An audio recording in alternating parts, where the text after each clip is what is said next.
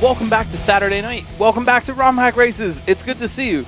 I am feeling pretty hyped up. I just walked in the door from a fun rock and roll show, and now I get to sit down and do the play-by-play with everybody here on Romhack Races. Thank you for coming out. It is good to see you. I did not get a chance to take notes tonight. My apologies.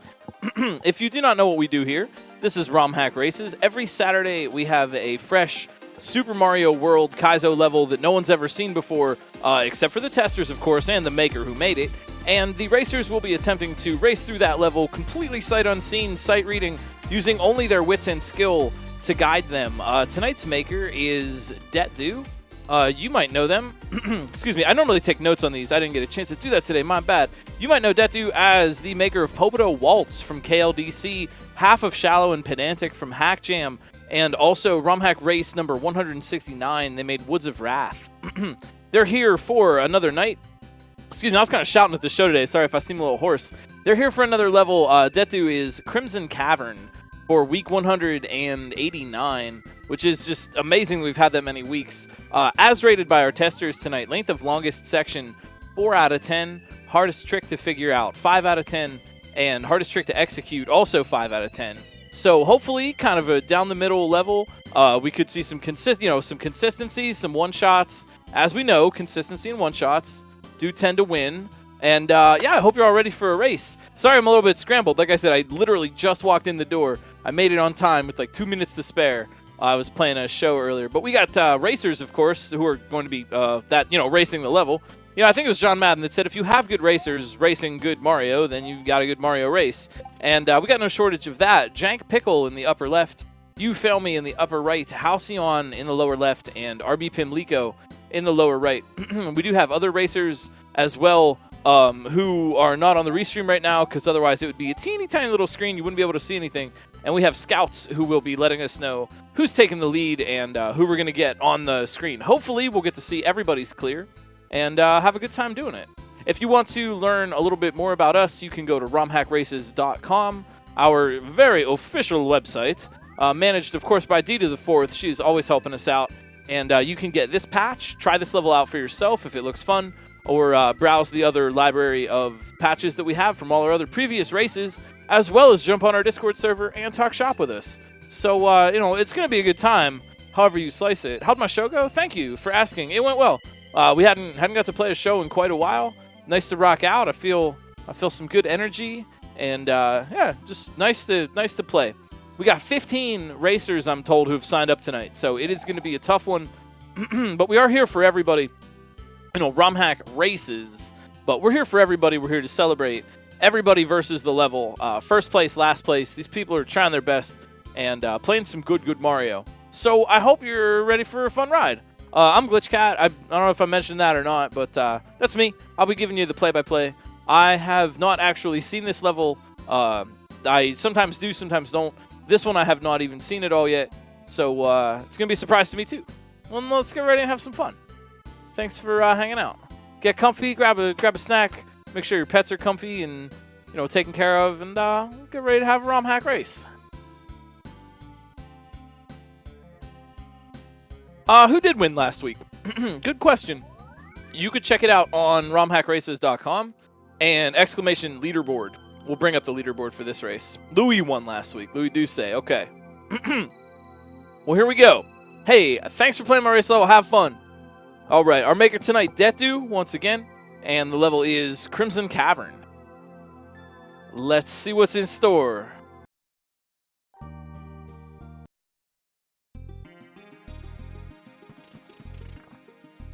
Ooh, a bold choice, an auto-scroller.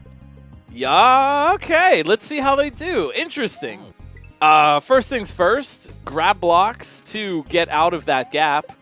And then some, some turn blocks to open. Yo, Halcyon figures that out really quickly. This is a neat little setup. I like this. They have got to use the grab blocks available to them, the purple ones, to open the yellow rotating turn blocks there. Halcyon, keep your eye on the lower left, making a big play right now. This is knowledge, and this is really going to help Halcyon out. Okay, see, they've learned a bit, but also RB Pimlico, lower right. Same thing, but they didn't get to learn as much. So Halcyon in the lead right now. grab blocks are a very versatile thing in Super Mario World. You can do a surprising amount with them, even though all you're really doing is just picking them up. And we might see a lot of cool uses so far. RB Pimlico, okay, getting a little bit farther, but Halcyon, lower left, making the most progress right now, getting back to that Chuck. Not really a whole lot to talk about in terms of tech.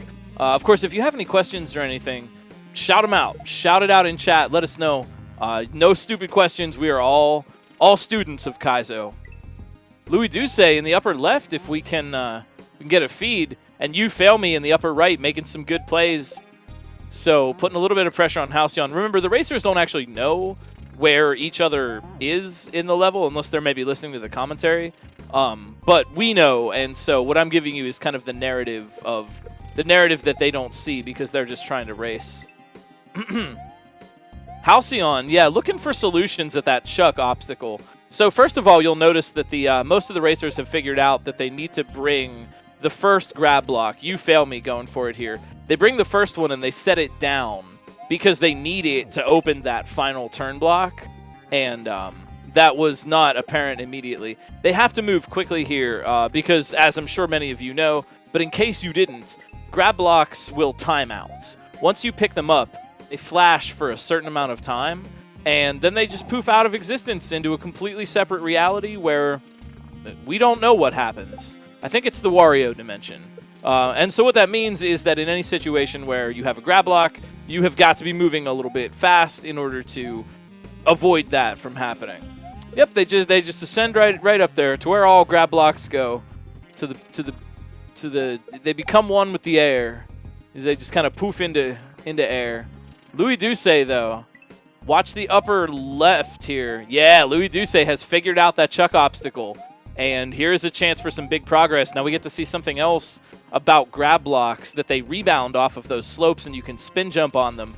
Now look at these reads from Louis. Yeah, oh my word, here it is. Here's the chance. Louis Duce in that door, no problem. That was a really powerful read. Nice job. A Wiggler can only get I missed it. Well, okay, I didn't get a chance to read that, but Louis did, so I'm sure we'll find out.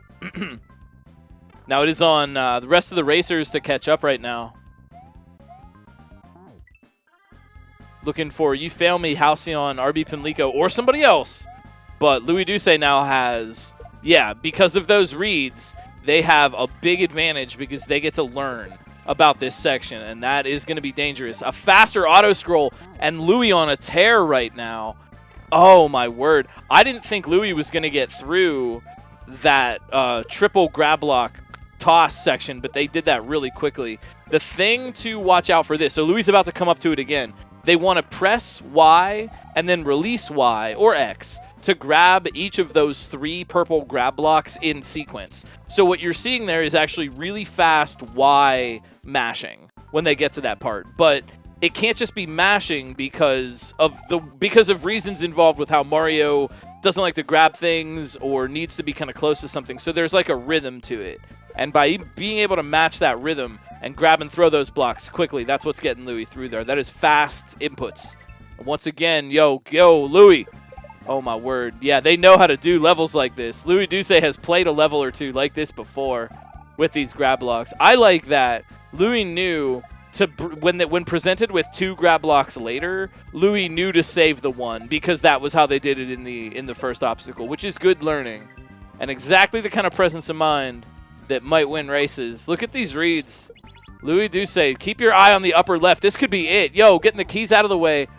Oh, I know what that is. I bet Louis does too. Do you know what trick that is, chat? Hold up phone though. B2DE81 in the lower left corner. They have the chance for the reads, and they knew to keep that second grab block. Nice up throw. B2. Oh no. Oh, they saw it though. That's the check out the value of the read, right? They knew what to do there. B2 knew, right? And the level is clever, and it even teaches you when you jump on the Lakitu, it poofs it, but when you kill it with a grab block, it doesn't. What, Louis? Wow. Wow. Wow. Wow. You know what the most impressive thing about that to me was? Louis didn't do a standard midair with that shell. That was really impressive. I don't think anyone else on the second section yet. Louis Duce running away with it tonight. Sub 7 minutes. B2 trying for the door, though. Yeah, yo. Okay, we got a second section. Louis Duce, amazing win. That was an incredibly cool midair. That's amazing, actually. Notice, Louis didn't do a standard auto-scroll assisted midair there. Louis kicked the shell off of the ledge and then did like a drop with it. Oh, yeah, okay, you probably can't jump when the auto-scroll's at top speed. Good thinking, Orca. Yeah. Okay, so you needed to do the push midair. That wasn't immediately apparent from watching it, but yeah, I bet you're right. Clever. Very clever. Still, a really great read on that and really great clear. Louis Duce, a really, really fantastic player. Yeah. That was great. Okay, so we got a clear, but we still have a race. B2, Halcyon, You Fail Me, Revelug. Working hard.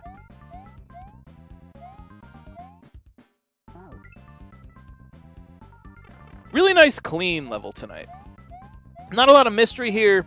Good reads. And that's what, you know, that you get a really exciting race.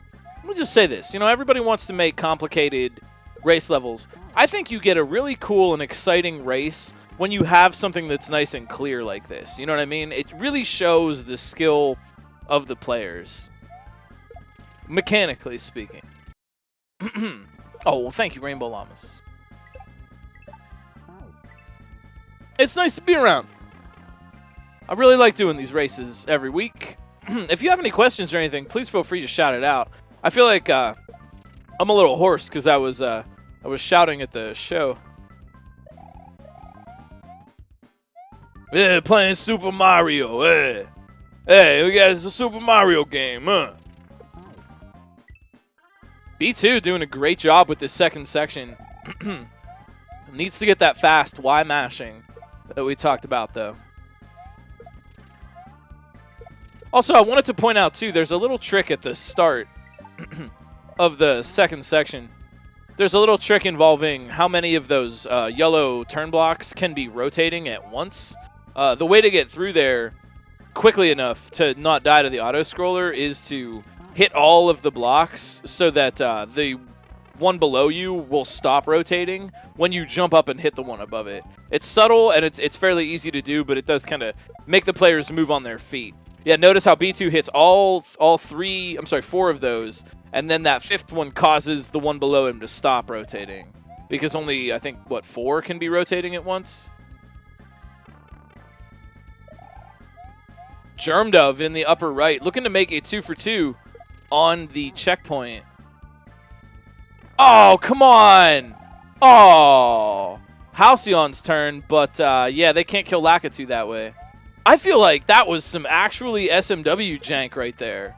Yeah, that was, I think that we don't, you know, you always try to get rid of it as much as you can, but at a certain point, these are ROM-hacked levels of Super Mario World, a 30-year-old video game for the Super Nintendo Entertainment System. Yeah, I think that was just some SMW jank. I think Germdove just got robbed there. Yo, thank you so much for the raid, BK. Welcome in. Really appreciate that. Fellow Cape enthusiast, SMW Central mod, an all-around kind person. Thank you for the raid. We're doing ROM-hack races, as you may know. We have already had a clear. We're looking for second place. Louis Duce ran away with it tonight. And you got B2 in the lower right-hand corner working on the second section, our current leader.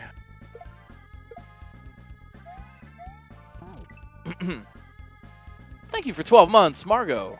Another kind friend. It seems we got no shortage of kind friends on ROM-hack races. Thanks so much for the support. All your subs and bits and things go right back into the ROM-hack race community so we can keep doing this, maintain our servers, and commission some art and stuff from friends in our community. Thank you for that.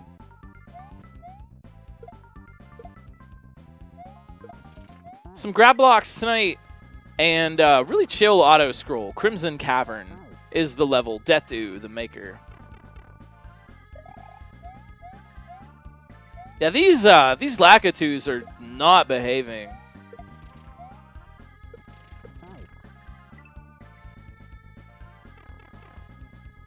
So you may have noticed, and really this level does a great job of teaching the player that, is if you jump on Lakitu's head, the cloud will dissipate. If you kill Lakitu with a thrown object, such as a shell or a grab block, the cloud will remain. And that is the trick that's being played out there. We got Stu in the upper left looking for that H. Got the H, rather. Not looking for it anymore. But that's the trick with that Lakitu, is that in order to preserve the cloud, you have to use the throw block at the end, because you can enter doors while riding in the cloud.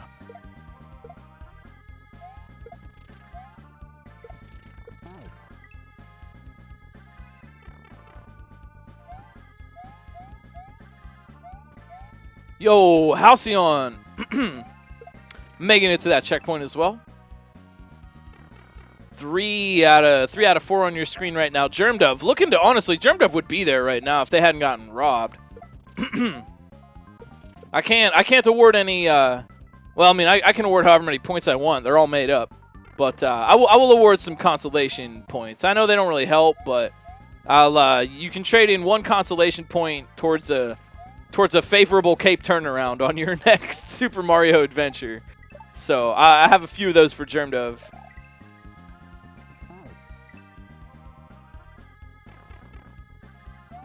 B2 looking to wrap this up here. Well, no currency is actual currency. It's all made up. I mean, gold is just this rock we dig out of the ground. You fail me, Stu. Halcyon, B2. All of them working on the second section, looking for a second place right now. Sub 15. Cool points are backed by our faith in each other and our hype for each other's accomplishments. Yeah, if there's real currency, if you can eat it. Now, potatoes. There's a currency. Grains. Yo, B2 on a read right now. Oh, got to throw the key, though. So, the auto-scroll. We should talk about auto-scrolls for a second. In vanilla Super Mario World, the only speed of auto-scroll is the slow auto-scroll. The normal one that we're all familiar with. Correct me if I'm wrong. I think the only speed is the slow auto-scroll. I can't think of a fast one in the vanilla game. But, Germdove at the door, very well done. But you can change the sprite and move it around in Lunar Magic. And when you do that, you produce this weird auto-scroll that just gets really, really, really fast. And then it stays this fast and pushes Mario along. In this case, what actually kills you is Mario touching the left side of the screen. And I know that's weird, but, like, Mario is actually being pushed in front of the left side of the screen, just enough that he doesn't actually touch it. And one way that you can show this is you could get squished into a wall. Here goes B2. Nice try. Watch out, B2 in the lower right. Almost gonna get it. So you could get squished against the wall and Mario touches the left side of the screen and dies. But an interesting fact about this auto-scroll is all you have to do is stop Mario's motion. Let's say there was some custom ASM that would freeze Mario in place, for example. Or a really good example in the vanilla stuff. Here goes Stu, upper left, no dice. A really good example in the vanilla is if you have a goal tape and you touch the goal tape while you're in the fast auto-scroller, Mario will slow down, and as a result, will touch the left side of the screen, and that kills him. So, I don't know, it's just interesting pointing out about the fast auto-scroll that what is actually killing you here is touching the extreme left. I just think that's interesting. And also, thank you for the confirm. Yes, there are no fast auto-scrolls in the vanilla game. Only slow auto-scroll. Which is odd that changing the sprite creates a new type of auto-scroll. I don't know if that's like unintended or unused by the developers. Here goes B2! No midair. No midair for you. Okay, so now I'm seeing that Orca's point was correct. It doesn't look like the players can get the jump, so they are going to have to come up with another way to do a midair. Now here, this is another thing too, and this is, I don't know if I found this out on my own, but I don't know if I was the first one to do it, but auto-scrollers can assist midairs. So if you can jump with a fast auto-scroll, it like compensates for the frame precision, right? Like, how am I trying to say this? The Mario is moving so fast that when you throw the shell, Mario is moving so fast that when you throw the shell, you just catch back up with it. Does that make sense? It's kind of like throwing something out of a moving object, like a moving car. You know what I mean? Like you're moving faster than it. There's all kinds of Einsteinian physics here that I'm not qualified to give a lecture on. Suffice to say, auto-scroller pushes Mario, and that pushes you over the shell for a midair. B2! Let's go! Yeah, he's moving faster than the shell moves. And, oh geez, the footballers. Yeah! Nicely done. GG, B2DE81. Strong win and a very good midair at the end.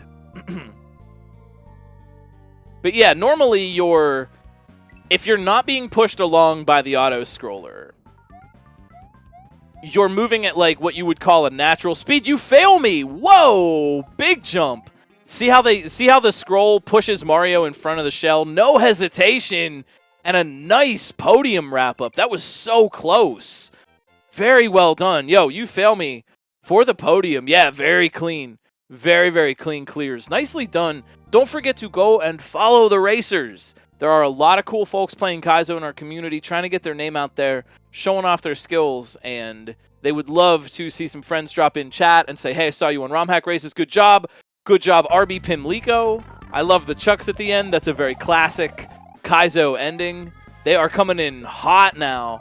Here goes Halcyon. Oh, here goes Stu. Got the midair.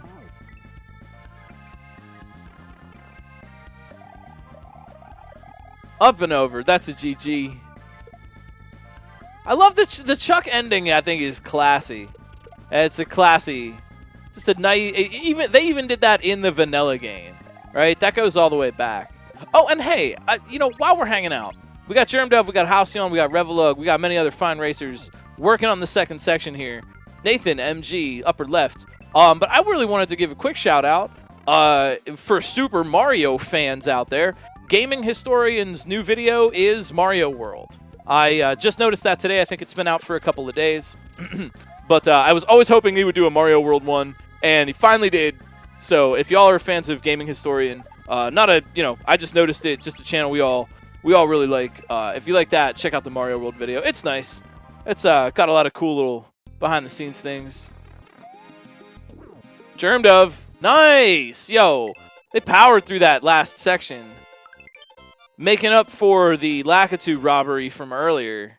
Nice job, Germdove. B2, thank you for the raid. Good job. Yo, everybody's killing it tonight. Some strong gaming. Hey, don't forget, if you are watching this race and you're thinking to yourself, like, oh, these players are scrubs, I could do way better. Well, prove it, Buster, and go over to romhackraces.com, download any of the patches that you like, sign up for a race sometime, or heck, even volunteer, and be cool like Halcyon. Ooh! Ooh! Ooh! That was a really nice little jump. They got that by the corner. Rewind that tape, and yeah, that heckin' tight jump. They were all up inside that Chuck's, the upper right-hand corner of that Chuck's hitbox. No deaths on the Chuck yet, I don't think. Aw, my cat really wants attention. Aw, excuse me. We got Chef Boy Eric, Enter of Games, Revelug, and Nathan MG, and we also have Mallow the cat, who really wants my attention. I was out of the house all day, so he's like, hey, I am in the race. We got Mallow over here doing a big scritch. Oh, look out. Now he's doing something else.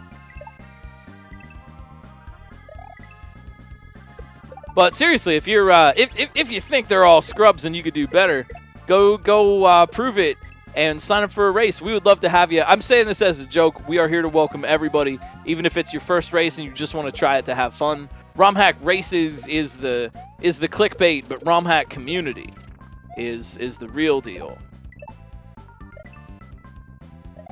Not a whole lot to mention in terms of tech tonight. This is all pretty self-explanatory. They need to throw the keys there because otherwise the key will stop Mario and Mario will touch the left like we talked about. Here goes Revelug. Nice.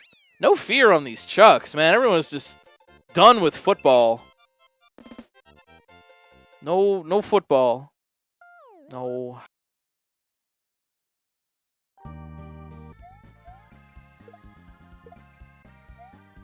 Can we please acknowledge Mallow the cat in chat? He really wants attention.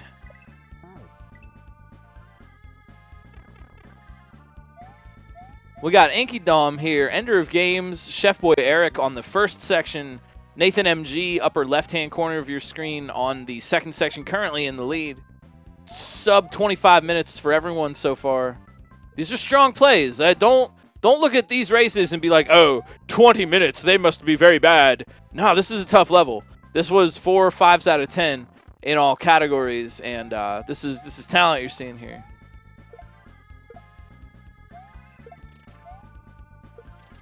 But if you have any questions, again, about the tech or whatever, please feel free to ask.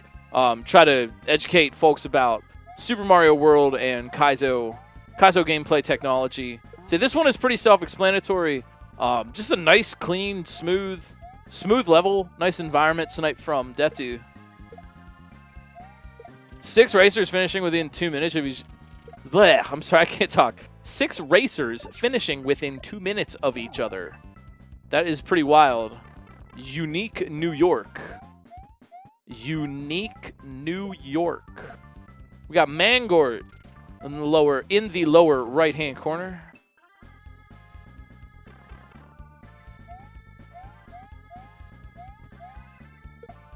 The arsonist has oddly shaped feet. Oh, I know one like that. It's from an old video series about how to win at Atari, like Unique New York or a Quick Brown Fox jumps over the lazy dog, like those pronunciation practice things. Here's one from an old home video series about how to win at Atari games. The death ship fires lasers straight down as it sinks for the ground. I like that.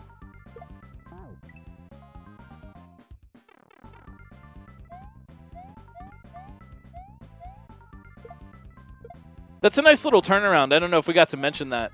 The chuck. So you're bringing a grab block with you. So here's Mangort in the lower right.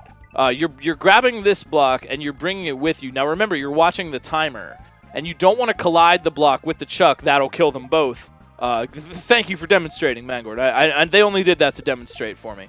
You don't want to do that, and instead you want to avoid colliding the two together so that you can wake up the chuck and have the chuck destroy those blocks. Because when charging chuck is charging, he tends to charge through just about anything. So he will just run right through those cement blocks and turn blocks and then use the block you're holding to kill the chuck. If they didn't have that block there, they would die on the approach. That's a really neat little... It's a succinct obstacle. See, there, Ender of Games. Thank you for demonstrating. Everyone's really kind today. Ender of Games demonstrating as well. The block timed out. It poofed back into oblivion, and so the chuck got him. Amazing flying hammer, brother. Amazing flying hammer, brother. Amazing flying hammer, brother. Amazing flying hammer, brother. Amazing flying hammer, brother. Amazing flying hammer, brother. That one's not so bad.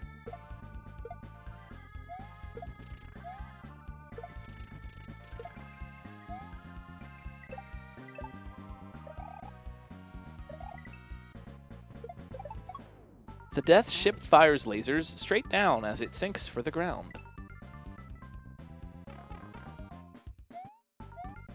Nathan, having a little bit of trouble on those on-off switches. That's not a property that's native to Super Mario World, but, well, technically it is. On-off switches change the position of line guides, the black line guides for platforms saws, ropes, and other corndillies, but we have appropriated them in ROM hacking to also change blocks. So on, off, solid, not solid blocks. They make good gates or other machinery. In this case, having to throw the grab block up because the auto scroll's moving so fast you can't jump. So throw the grab block up to contact the on-off switch. It's a sort of a reflex, a fast throw, quick shot reflex kind of thing.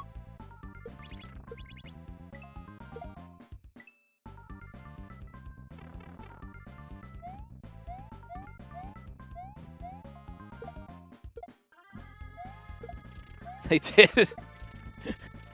That is true. That is true. Nintendo did copy off that for Mario Maker. Although I do believe that they had already used on-off blocks in Mario games before Mario Maker. That was on-off blocks were in New Soup, right? Like, I want to say Nintendo did on-off blocks first, and then we brought them into ROM hacking, and then they brought them into Mario Maker. But I think I don't think I'm the only one in the Kaizo community who maybe has a hunch that Nintendo looked at what was popular in ROM hacks for ideas for what to add to Maker 2. There's just a few things that seem a little on the nose, you know? Like, wow, how did you know exactly what we were wanting? Ooh, Mangort, no! Oh, I saw it. They had a rough angle. They couldn't get to the left in time. They were just a little slow at that part, and as a result, they couldn't get lined up with the door as it scrolled off screen.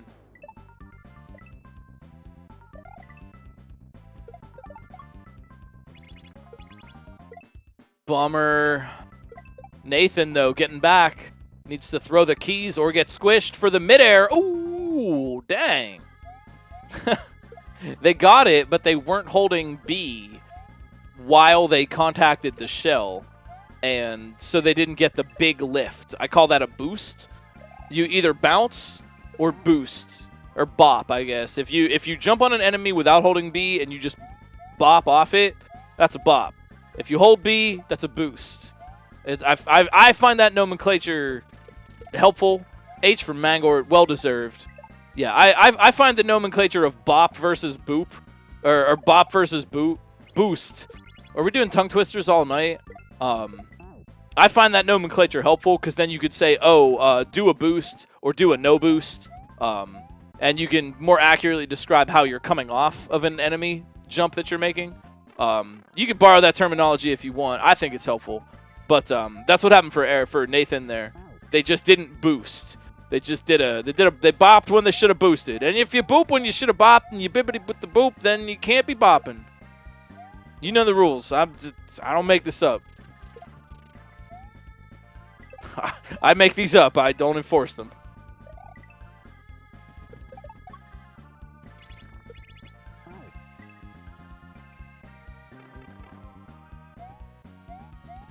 Mangort missing critical information for just a second. I thought you were I thought you were trying to say another tongue twister. Mangort missing mostly mindful misinformation.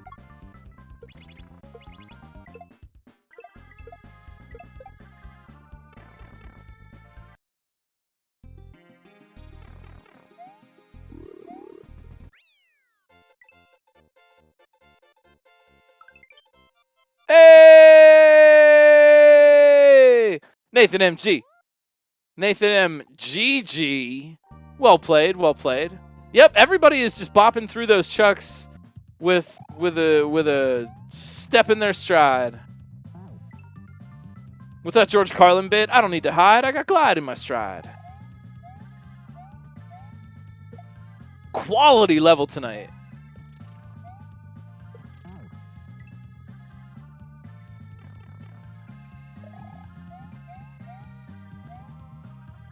Inky Dom, Chef Boy Eric, Ender of Games, Mangort. Everybody except for Mangort working on the first section. On-off blocks were first in New Super Mario Bros. 2. Thank you. Okay, thank you for that. So that does predate Mario Maker. Okay, yeah, that predates Mario Maker. But I don't know if it predates their usage in ROM hacks at all. I think vanilla hacks were using on-off blocks for quite a while. There's so many fun and fascinating topics to discover in ROM hacking history. Thank you for the raid, Nathan. GG. Well earned clear. You had it on that first midair. I saw that. I saw the no boost one. It was like, good job. That's twitch.tv/NathanMG.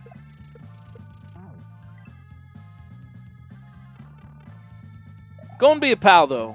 Follow some friends in the Kaizo community. Make a new friend. There are so many excellent people playing Super Mario World Kaizo. The game is as alive and vibrant as it ever has been. Aren't there on-off blocks in Mario vs. Donkey Kong? That's a good question. I've never played that one. But I have played Donkey Kong. It would be Donkey Kong, what, 93, I think they call it? It's Donkey Kong on the Game Boy. And it's not the arcade game Donkey Kong. It's actually like a sequel. And it's the first in those Mario vs. Donkey Kong series. It's what started that series. If you've never checked out that game, I would highly recommend it. It's a wonderful little hybrid of puzzle platforming. And I was addicted to that game in elementary school. Holy cow. There are on-off blocks in Mario Deluxe as well. Okay, so we have a good answer. Is that on-off blocks were invented by Nintendo? Unfortunately, you know, it's nice. I get that we all want to say Nintendo stole on-off blocks from ROM hacking, and to be fair, they did. But historically speaking, just so we're clear, Nintendo did invent the on-off blocks. Game Boy Donkey Kong is so legit. Thank you. I appreciate that. That is a really fun game. I really recommend it. It's one of those games that I think flies under people's radar and, like, just nobody really remembers it or notices it. You never really see a speed run of it. It's kind of long for a speed run.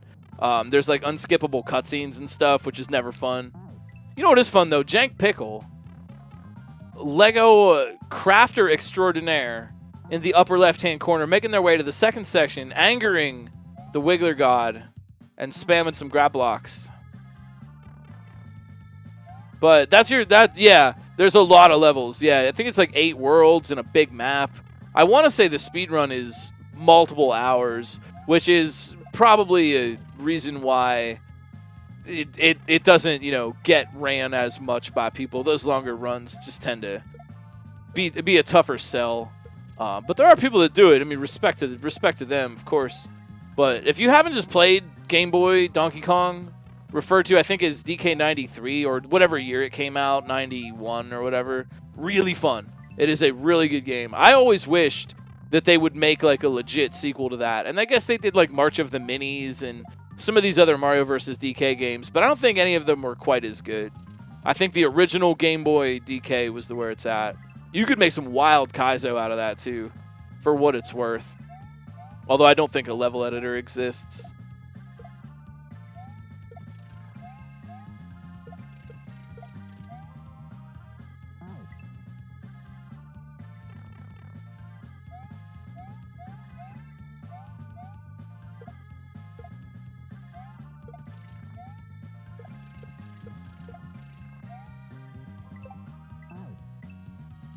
Or if you really want to get weird with Donkey Kong games, you could do like I saw one time at GDQ Awful Block. It's an unlicensed Donkey Kong Country 5, The Journey of Overtime and Space. No, that's not a tongue twister or a typo or anything. That's the name of the game. Donkey Kong Country 5, The Journey of Overtime and Space. I saw that at the Awful Block at a GDQ one year. And Awful Block was at like a wild early time in the morning, 5, 6 in the morning. And I stayed up specifically, and I just remember it was me sitting there, and everybody else in the stream room just like, because we were all just kind of tired and delirious. It was like 6 in the morning, and we're watching this dumb game. It was a special moment. Donkey Kong Country 5. They just skipped 4 and went right to 5. Like, well, I mean, we don't want to seem like too much of a ripoff. Donkey Kong Country 4 would obviously be a ripoff. How about Donkey Kong Country 5? Like, yeah.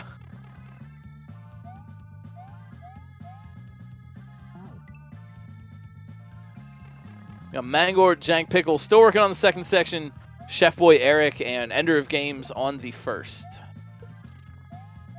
Is DK64 Donkey Kong Country 4? I mean, isn't it? Jank Pickle. Oh, on a run. Ah! I like how you just run off the edge with the shell. It's funny. There's a certain amount of physical humor in Mario games.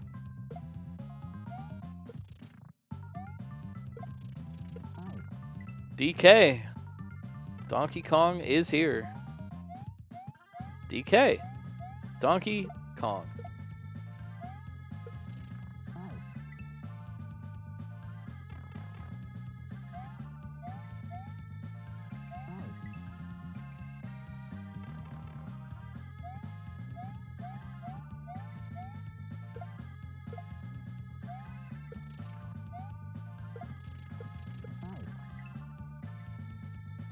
Jank Pickle for another shot at the midair.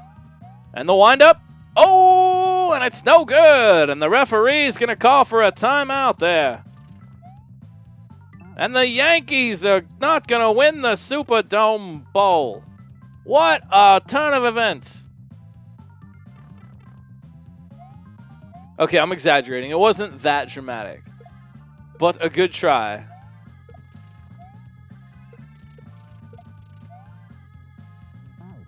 You know, I just thought of something.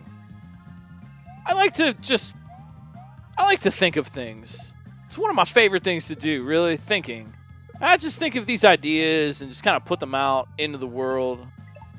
You know how in Mario Maker, at least in Mario Maker 1, I don't know how it works in Mario Maker 2, but in Mario Maker 1, crouching would always slightly reduce the size of your hitbox, right?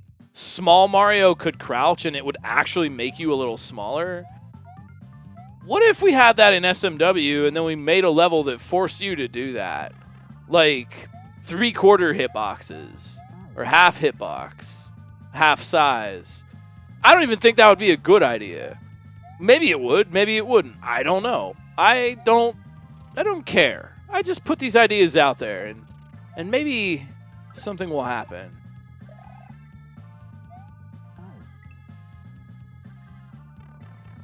Yo, Waitree, thank you. That's really kind. Thank you. Thank you, thank you. I really hope I can. I love this all. I love classic games. I love the speedrun and super play communities. I love Kaizo Mario. It's my home. And I hope I can just share that fun with everybody and bring it for everybody. Thank you. Thank you.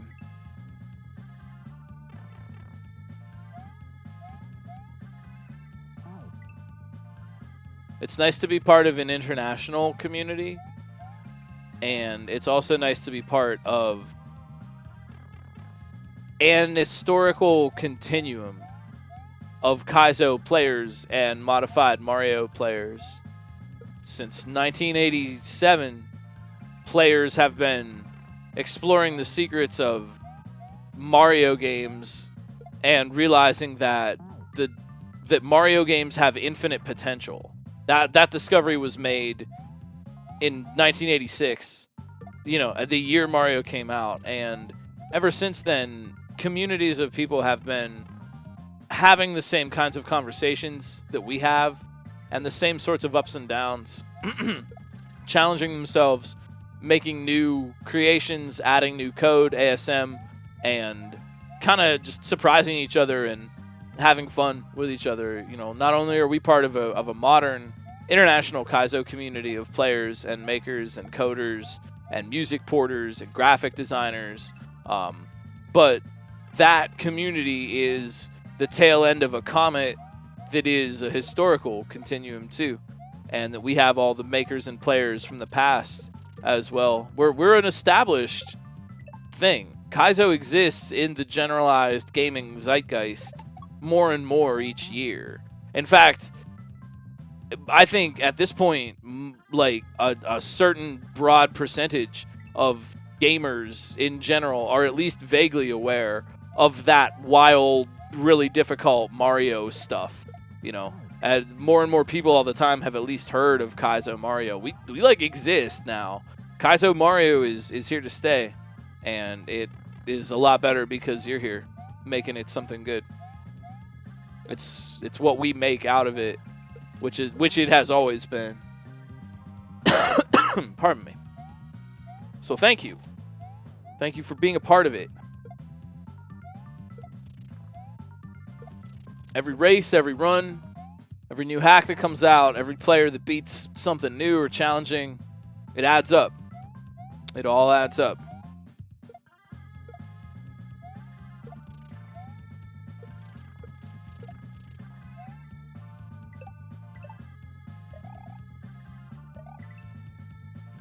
Also, thank you for the follows and for checking out Romhack Races. If you didn't hear, if you'd like to learn a little more, romhackraces.com is our website. We have a Discord. You can get the invite on the website. Check out this if you want to play this level for yourself. Get the patch on the website and just learn a little bit more about what we do. If you'd like to race, they are open to the public every Saturday. All you got to do is sign up so we know who to look for, who's racing. And you're good to go. Use the layout so we can easily crop your stream. And if you feel like volunteering or you're interested in making a level, that is also cool too. We are always looking for friends like that. So please feel free to reach out through the appropriate channels. And smash that follow and like button. Come back and see us anytime. Saturday nights, 8 Eastern, we do these races. And we announce the maker and the difficulty a little bit ahead of time, so folks can make an informed decision.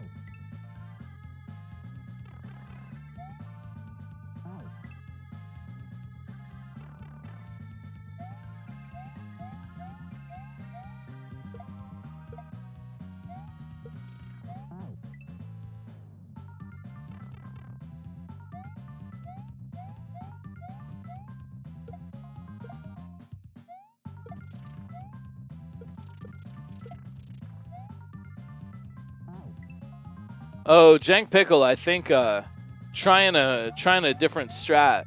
They are, yeah, they're not throwing the shell. Now, they haven't realized it yet, but that isn't going to work because you have to actually toss the shell. Otherwise, remember, you're moving faster than the shell with the auto scroll pushing you. This is an unnaturally fast speed for Mario to be moving. They put it together. If you neutral the shell or drop it without momentum, it just scoots away. It moves so fast that you're never going to catch it. There are certain neutral drop mid-airs and things you can do, but not in this case. So Jank Pickle putting it together that they actually need to kick the shell forward.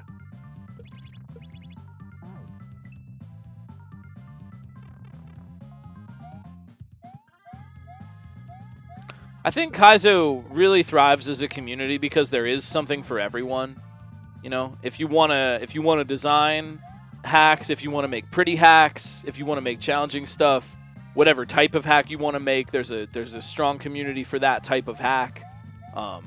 There are lots of resources and things for people that like to code. You know, if you just want to code or make ASM, there's plenty there. And there's a lot for just fans, right? People that don't necessarily want to play the game or want to take on the big challenges, but it's easy enough. Jank Pickle, what in the world? How did they do a spin? Oh, I know how they did a spin, but that's impressive anyway. Strange. Yeah, that was odd. That was odd. Did you do that on purpose? I didn't get it. What was I trying to say? Oh, yeah, there's just, like, room for fans, right? It's kind of like the X Games. Not everybody wants to actually go down the 30-foot mega ramp, but it's really cool to see the pros do that. and you don't have to do it yourself to enjoy and appreciate it. And I think that's something that's, I've said it before, I'll say it again, it's something that's great about Mario, because it's such a well-known, universally understood game that it's easy to watch and understand for people that don't actually play it. Certain games like, I don't know, League of Legends or Fortnite, perhaps, look difficult at the highest levels. They look kind of incomprehensible. It's hard to tell good gameplay from bad gameplay if you don't know what you're looking for, and it's hard to understand the nuance. And the same can be said of Kaizo. It's hard to have a point of reference for specifically how hard something is, and it can kind of look all the same if you don't kind of know how to look at it.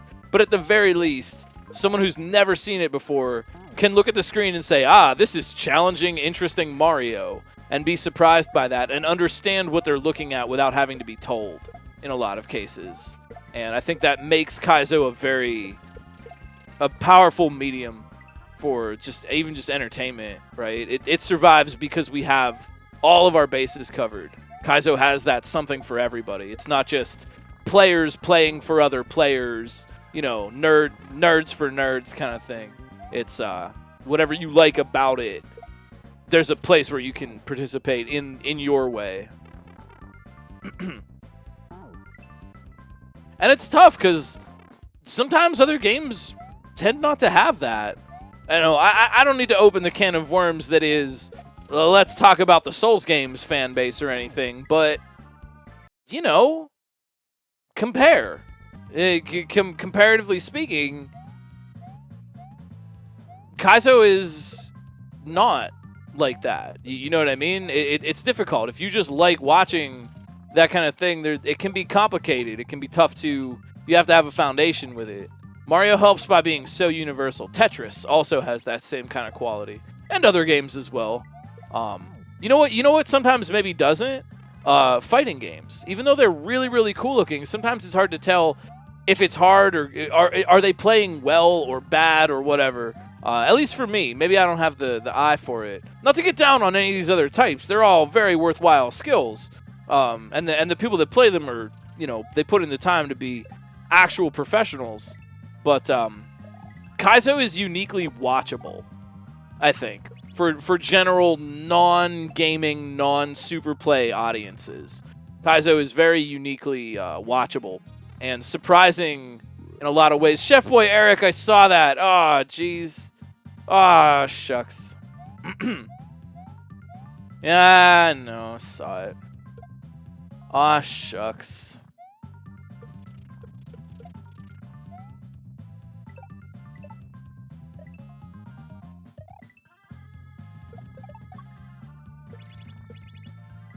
It would be. You know, I never really thought about that, but it would be hard to tell who's winning in competitive paintball. Jank Pickle.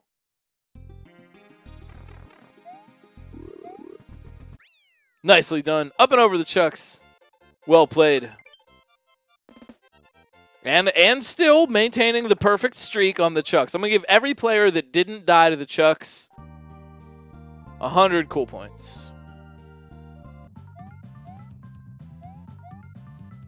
Fighting games are hard as a viewer to conceptualize the difficulty of the inputs. Totally. Totally. And Kaizo gets there in some degree, but at least with Kaizo, general audiences are watching Mario avoid chompy piranha plants, blocks with obvious skulls on them, you know, big pits with nothing below. It's Mario World is just uniquely watchable. Maybe not singular, but uniquely. Mangord, good job. Nice. Good wins. Now they're rolling in. Good job, Mangord. Well played.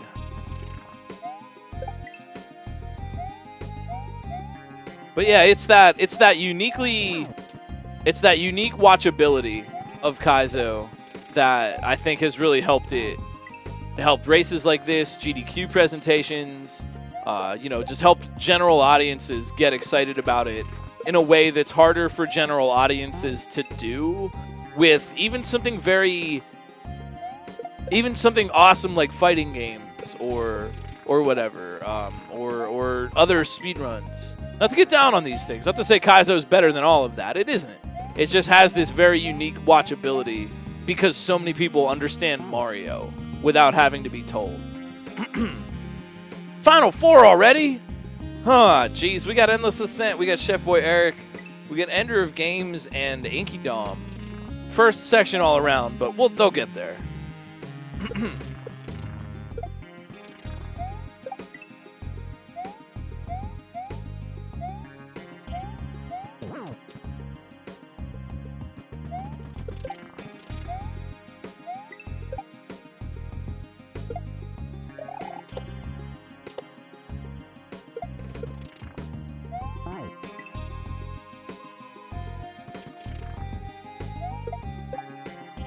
I hope you're all having a wonderful night. No! Inky Dom, why? No! Don't do that. Fun fact, you can also enter pipes with a cloud. I have a question, actually, for tech, SMW code knowers, and tech people. You can enter the door with a cloud, as we see here. Does that mean that the cloud technically counts as Mario standing? Is that how the game is interpreting that? Because you can also go into pipes that way. Is that how the game interprets that Mario is standing while in a cloud? Yes? See, that makes a lot of sense because you can't, as far as I know, correct me if I'm wrong, but you can't combo. You can't combo in a cloud. Like, if you're in a cloud and you don't touch the ground, but you're hanging out and you bop a series of enemies, you don't get combo points or a 1-up for that. And that would make a lot of sense if that meant that if Mario were standing on the ground, because you cannot combo, because standing always resets your combo. That makes a lot of sense, huh? I never really knew that. Like, logically it makes sense, but yeah, the game interprets... Yeah, so the cloud is movable ground, essentially. Yeah, that's very interesting.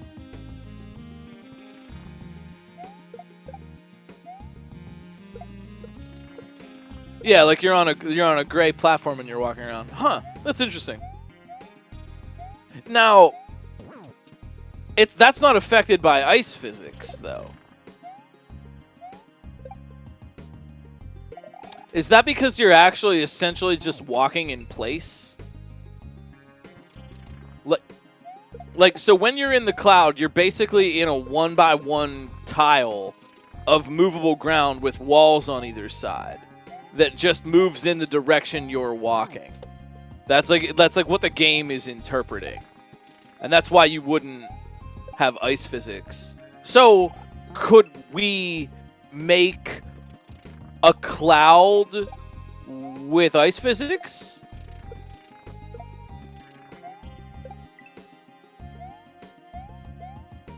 So could we, I'm like shrugging real hard off camera. You can't see this. Could we make an ice physics cloud that just is the cloud, but it slips around a lot? Because that would be all kinds of stupid. That would be some downright that would be probably a nightmare. Make a rain level. Make a rainy level, and then the cloud is slippery.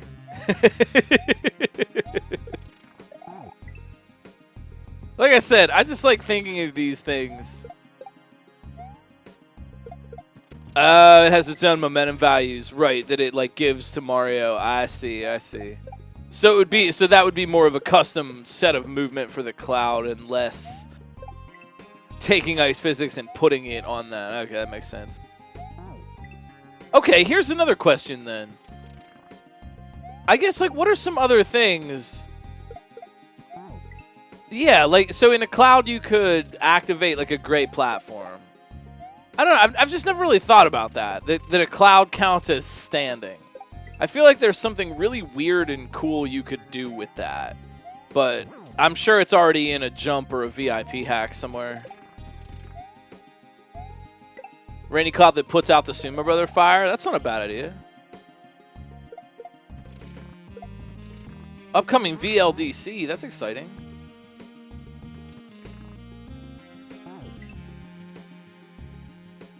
I don't dislike cloud tech. It makes me kind of nervous, like the haha sweat emote, but I don't dislike it.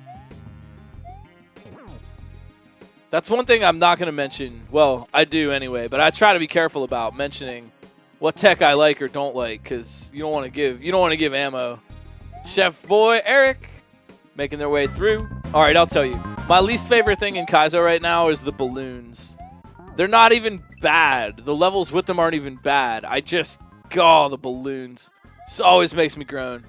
I don't know. There's just something about them. Mario is not meant to ride balloons. But that's cool. You can still make balloon levels. I'm not going to stop you. In fact, I encourage it. Chef Boy Eric with that H. Endless Ender and Inky Dom still working on the first section. Oh, did you? Good. That just gives me time to get really good at balloon sprites, so it won't bother me anymore. If there's a type of tech that you don't like, just get really good at it, and then you won't have to worry about it anymore.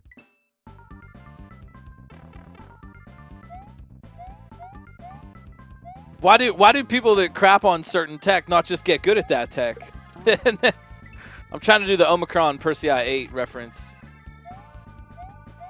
Why not simply get good at Cape Tech? Then it wouldn't be an issue. I'm just saying. But y'all are really good anyway, so really, I got nothing. It has. I say this with no sarcasm. It has been a real privilege to watch people grow and improve their skills throughout the years, both with Romhack races and with just being a long-time member of the Kaizo community on Twitch and the internet. It's been a real privilege and a really cool thing to watch people week by week, month by month, year by year, just get more and more confident with their abilities and wind up taking on and making some really fascinating stuff. Why does bad tech, the larger of the techs, not simply eat the balloons?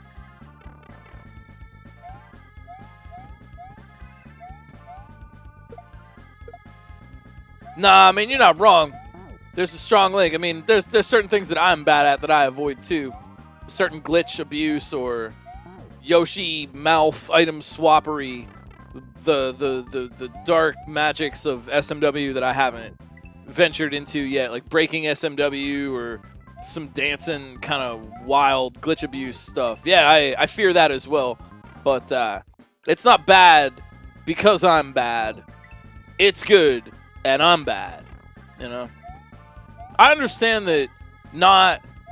This is a personal, maybe a personal thing for me, more of a personal anecdote, but I understand that not everyone views this kind of thing as a rigor, a discipline, a study, you know, a skill that they they are increasing their skills, but I understand that not everyone is so academic about the rigor and technique of gameplay. It is something that I find fascinating, and it's where my own personal experience in this characterizes some of my opinions, right? It's easy enough for me to say, why not just get good at something that's bad?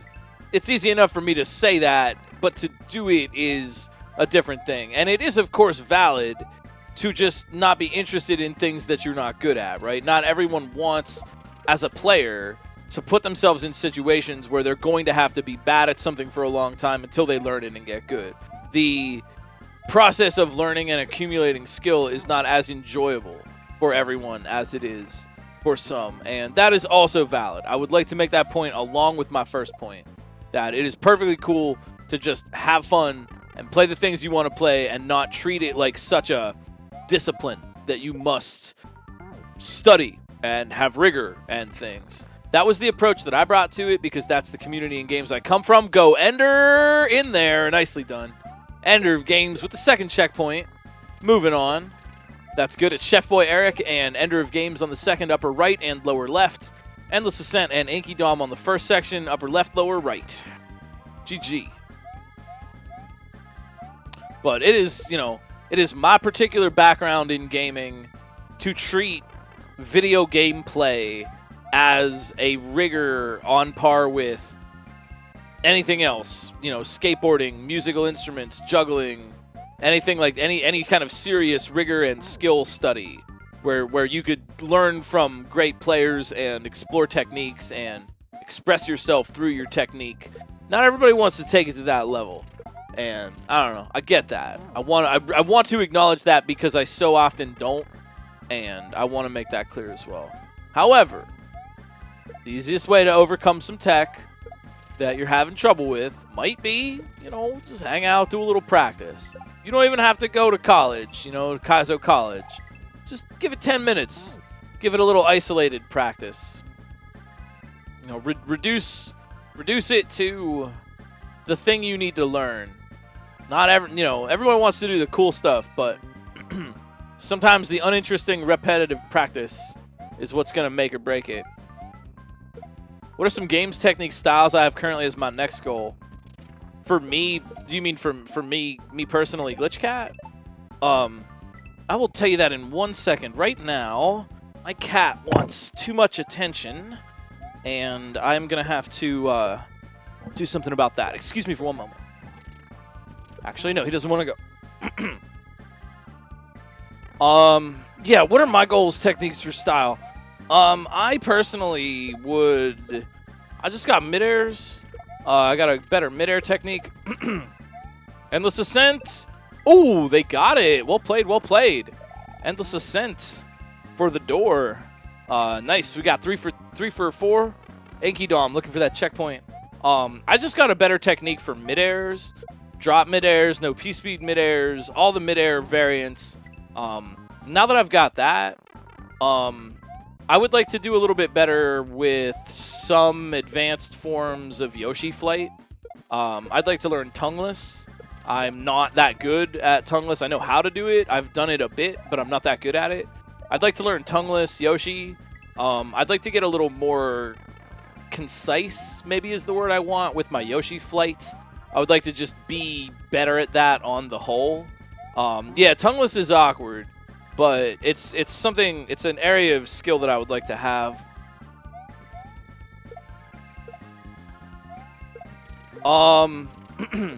Maybe some other cape stuff. Tongueless is like the only one that I know like exists that I'm not 100% on. There's a little bit of other cape tech, and I might like to try some tougher cape hacks. Some of the more advanced Volpe friend stuff might be cool, or you know, some I know cape tech gets a little bit ridiculous.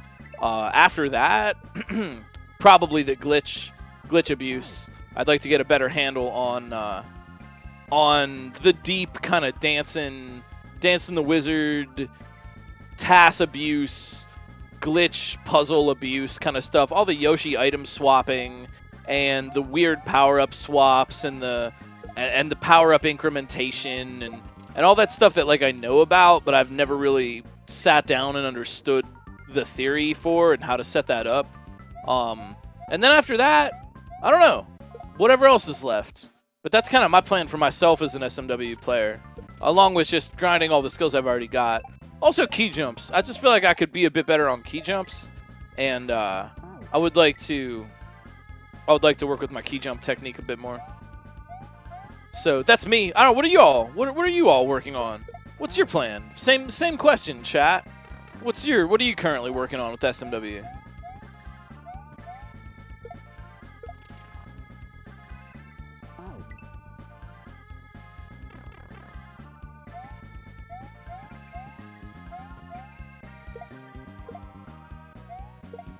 Thanks. I think I'd like to make a Yoshi cape level. I think that's a long-term kind of goal.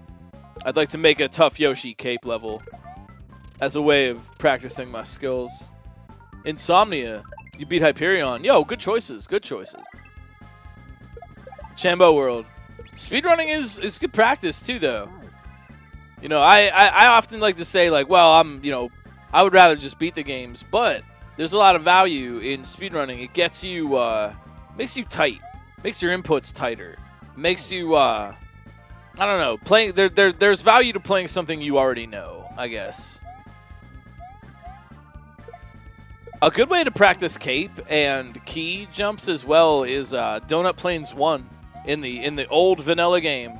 Many of us learned how to fly in Donut Plains 1, and it is still a helpful practice ground to this day. It's got a key, cape, a big area to fly, and a Yoshi in that, all in one level. It's a great little sandbox if you want to practice that a little bit.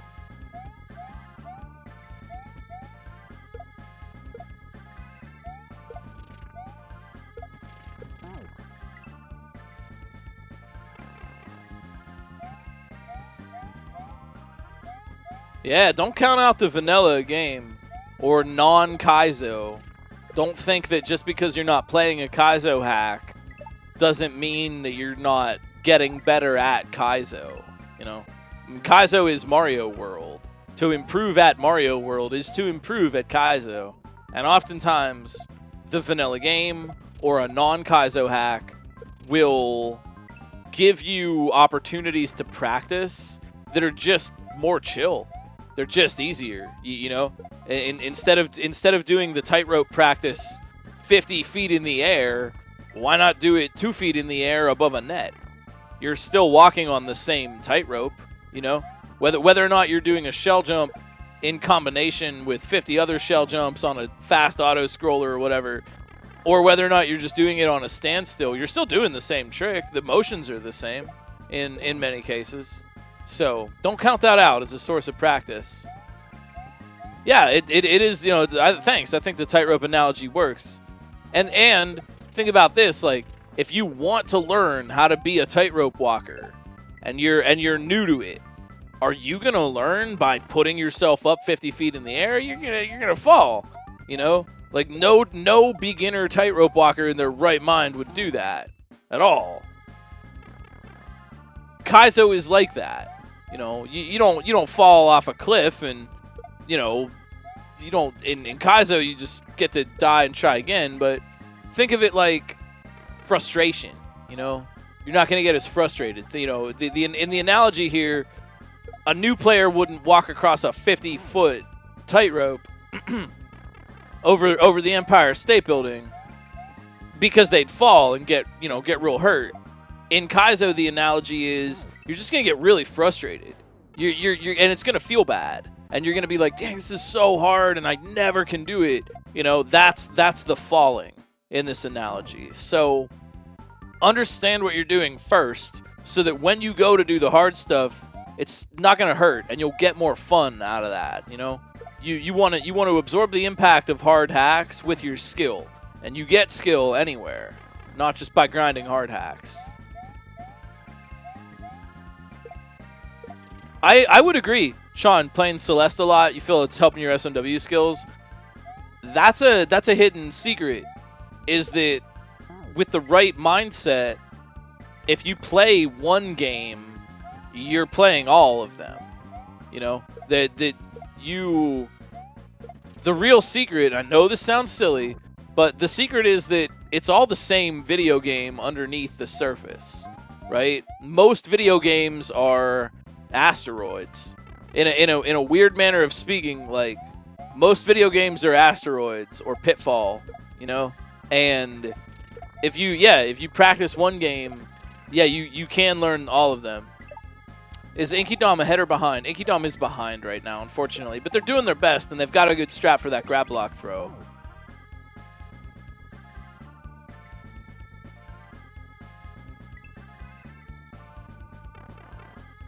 But yeah, all games are connected behind the scenes, because the absolutely fundamental skills that go into every video game, or a large amount of them, they all overlap.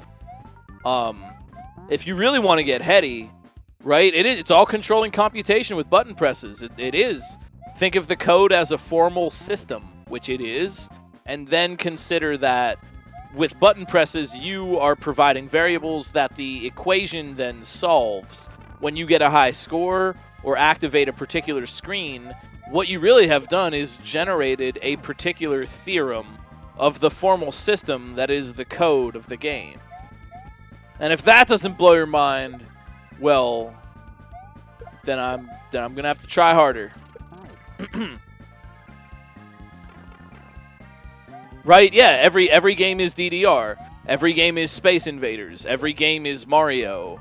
You know, you really can't think of it that way. The fundamentals of video gaming are broadly applicable, just like the fundamentals of music theory are broadly applicable no matter what instrument you're playing. You know, to a degree. There's Western music theory, there's systems of music theory, right? We could get pedantic about that point. Chef Boy Eric, watch the upper right, getting close for that clear. They made it all the way to the green shell. Good luck. The reason I bring up Asteroids as a game is because Asteroids is a pure example, a martial arts kata, if you will, for something that I think is really fundamental to games and helps out in any single situation ever. I give it a stupid, pretentious name, vector convergence. And what that really means is just where two vectors or moving, lines or angles on the screen will converge. And you see that very clearly in Asteroids, or in the old Futurama, you should have shot it where I was going to be instead of at where I was. The essential skill is take 2 points on the screen, 2 moving objects on the screen, and immediately figure out where they will collide. Right? That maybe they're moving, from the lower right and the lower left up at an angle, and if you can look and see, just given those 2 points of motion, where those 2 vectors are going to converge, the faster you can do that, the better you'll be able to play like any game. Think of it, it even works in DDR, right? Because you're anticipating the movement of the direction, right? They flash up the screen. You're anticipating when that's going to move up and converge with that static point that is the spot where you have to hit it. Asteroids, you're shooting at a moving target, right? Mario, you're landing an arced jump onto a moving enemy, or you're throwing a shell at a distance away from the wall. It's all billiards. Video games are primarily billiards and angles. And vector convergence, being able to tell where 2 objects are going to converge on the screen. But think about how broadly applicable that skill is, and once you realize how broadly applicable it is, then you can realize that whenever you play a game, you're practicing that skill. And there's a lot of other little things like that, right? That all video games just sort of have in some amount or other. Granted, I mean, there's exceptions, tactical RPGs, trading card simulators, trucking simulators, we could find exemptions to this. The point isn't to come up with a thing that says every video game has this. The point is just to talk about commonalities of techniques between vastly different games. And if you start thinking of it that way and you start noticing when you're doing those things, you'll get better at games that you're not even playing right now. There is a theory of playing video games in general that goes very deep and into a lot of places. And the book is being written on that. But, yeah, it's interesting. I like that. I'm sorry for kind of going off on a tangent, but this is an interesting topic to me, the commonalities of technique between games.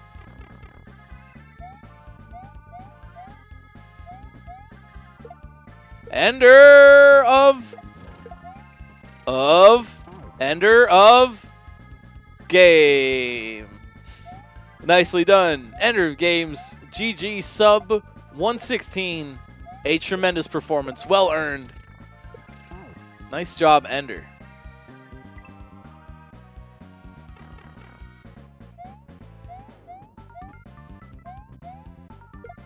And then there were 3. Endless Ascent, Chef Boy Eric, Inky Dom.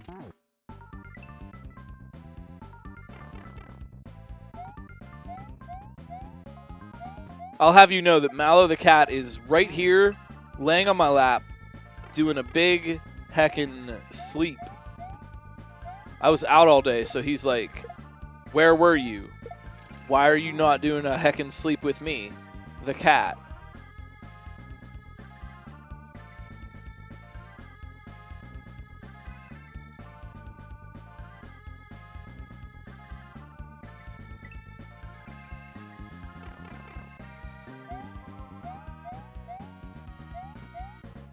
I like that comfy emote, Boozy. That's nice. Also, I feel rude. You know, how are you? I didn't even ask. How's your day? How's your weekend? How are you feeling? I haven't been on stream for a couple of days, so I haven't really got a chance to chat. I was, you could describe my emotional state in one word. Pinball. I have pretty much just played pinball. It's what I do when times get tough. I just play pinball all day. So that's been what I've been up to. If you're wondering, just been playing pinball. There's a table at the mall in a pushed out of the way arcade game zone. Little teeny tiny crappy mall with a little teeny tiny crappy arcade. But I can't really call it crappy because they've got one single pinball table. Oh yeah, it is Mother's Day weekend. That is correct.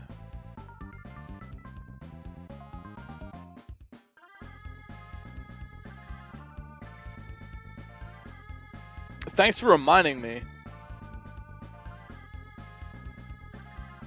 For those that have a good relationship with their family, not all do, and that's valid.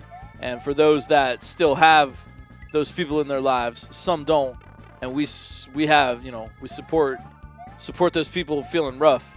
But if those things aren't the case for you, give your mom a call and let your mom know that you love her.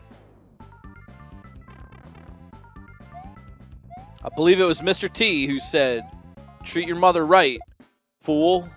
I pity the fool that doesn't love their mama. Now granted, some situations are different, and that doesn't apply to everyone. You're not weird if it doesn't apply to you. It's rough. Feel for you. But, you know, give your mom a call. Sheesh.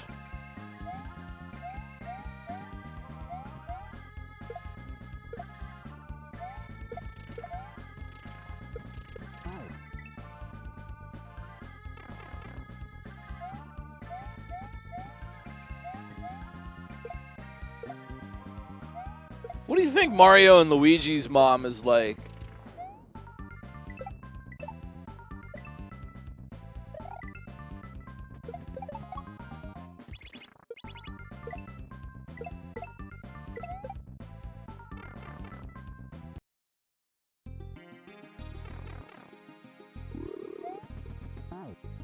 Chef Boy Eric up and over. Into the pipe now. The perfect streak. Can it continue? Oh, that's my fault. I take full responsibility for that. I'm sorry. Chef Boy Eric, that was totally my fault. That was me. I'm sorry. I'll still give you the 100 cool points anyway.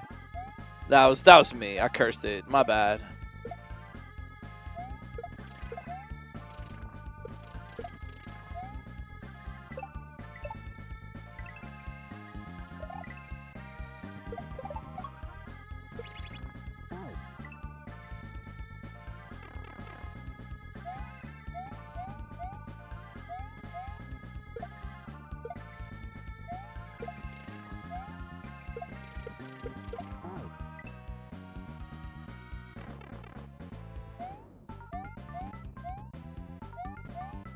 Solid race tonight. Y'all are very, very fun.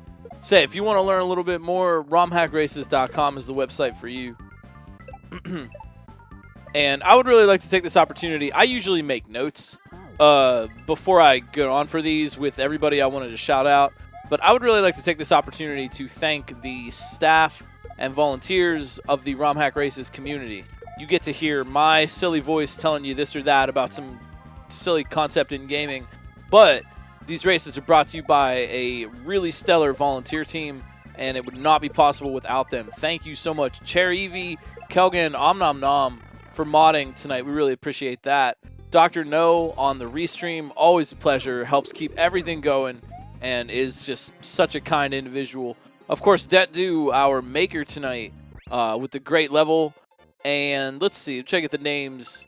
Who tested this week? Testers Sojo, Darkenon, and SQL Infection testing tonight. We really, really appreciate the volunteer contributions from everybody in our community. Chef Boy Eric with the win. Nicely done. Well played. I'm not sure who is scouting tonight, but I would like to shout you out as well if I haven't.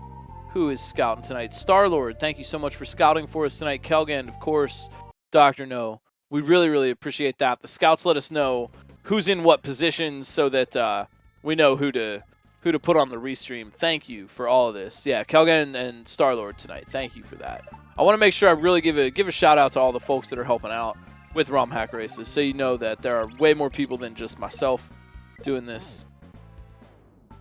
No, the levels are specifically designed for the race. Yes. Every week, someone makes a fresh level specifically for the race, and then we race them. We have in the past gotten levels from or played like other hacks, had races on things that were already known, but the standard Saturday race is a new level every week.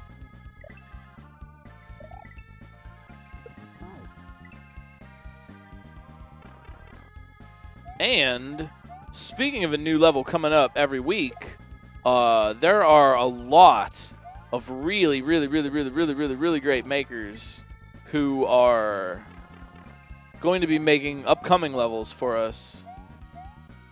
Ampersam next week, which is going to be all kinds of fun. Ampersam, we rarely get to see. I'm kind of interested because we rarely get to see. I see a lot of things from Ampersam, but never like, not a lot of actual hack stuff. They're a little mysterious as a maker, I think. So that will be fun for next week. And we've got some all-stars coming up throughout the summer. We have got a really stacked lineup week after week for the next couple of races, next couple of months, really. So stay tuned. Hit the follow button. Thank you for the follows you already gave us. And join us every Saturday at 8 for another exciting, fresh new level.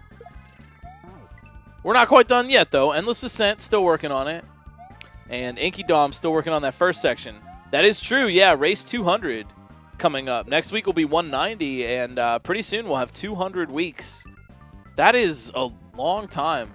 I'm really proud of the longevity that we've been able to establish. We're a pretty well-oiled machine at this point.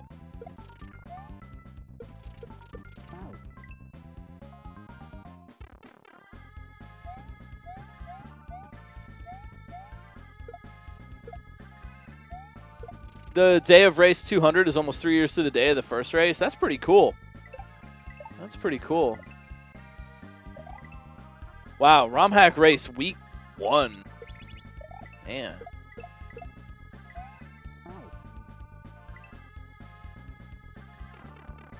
Yo, there it is. Endless Ascent.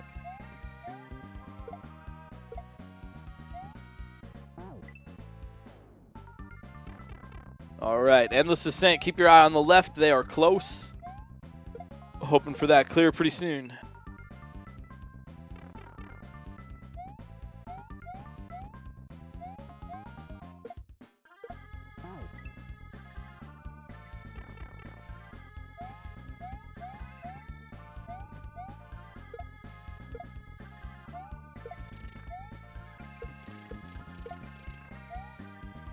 And if anybody is interested, I say, go to the website, sign up. These races are open to anybody that wants to try it out. And all you got to do is just put your name down so we know who to look for.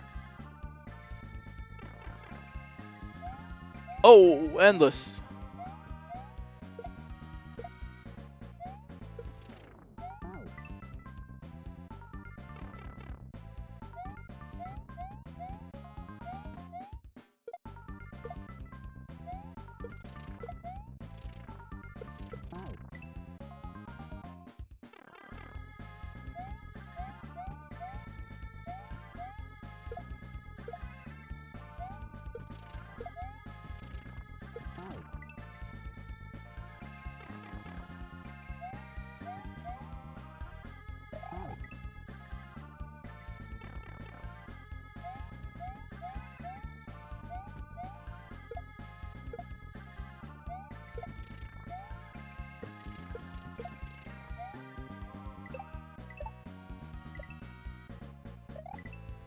Yeah, yo, feel free to jump on the Discord. Its link is on the website.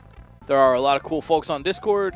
If you're just interested in Kaizo or ROM hacking, Super Mario hacking in general, there's a great community and a lot of resources for folks who are interested in being a part. We initially conceived of ROM hack races to fill a need that we saw at the time in the community, which still exists, and that is the need for newer players to have a place to land and a way to understand this kind of stuff and resources to get and a community to learn with and learn from. And that's what we hope to do with the races, as well as sort of elevating players and gameplay, talking about the artistry and mechanics involved. And we hope we could do that. That still is definitely part of the mission statement for Romhack races.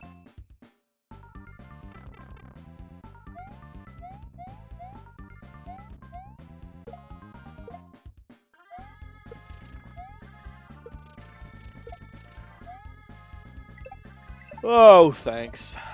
I'm just one of them. Thank you. If I am, I don't want to be the only one. Hey, I got my limitations too. I'm here to press buttons, not to think. Sheesh. What do you think I am? Some kind of college grad? I spent most of my time in college playing Magic the Gathering and Mario World hacks on emulator. Give me a break. Endless Ascent, graduating from Kaizo College. Nicely done. GG.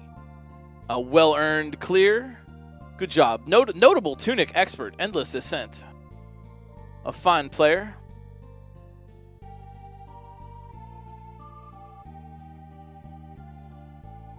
So, we normally do 2 hours for these broadcasts, but we've got everybody through.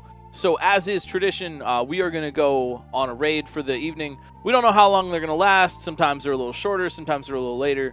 But drop back again. We got a level from Ampersand coming up on Saturday, 1 week from now, 8 o'clock p.m. Eastern. And we will be back with another race. Please feel free to join us. Like I said, website, Discord, community is there for you. Follow the racers and the makers if you notice they're streaming. It is always cool to have folks come into your chat and say, hey, good job on Romhack races. I saw you. You know, that was great. That really could make somebody's day. And you might be one click away from making a new friend on Twitch and in the Kaizo community. Thank you for being a part of this. We're going to go raid Inky Dom for tonight for some support. Give them some RHR emotes and some hype. Thank you for being a part of this. For my community friends, I will see you all again tomorrow. I've just been taking a little bit of time to get my head straight, and I think I'm almost there. So I will be back on my stream tomorrow, and I'll see you around the community till then. You matter. Your thoughts matter. Your heart matters. Your feelings matter. You matter to other people in your lives. You matter to me as human beings. You matter to the internet's #1 longboy furret, and the people that matter to you in your lives would love to hear from you about that. Call your mom if you can. We know Black Lives Matter, LGBTQIA+ lives matter, Indigenous lives matter, disabled lives matter, you too. I will see you all next time. You are a grand and noble audience. Thank you for being a part of this. Thanks you for being a part of my life, personally, in particular. You're very, very kind. Keep on hacking, and I will see you all again next week. Peace.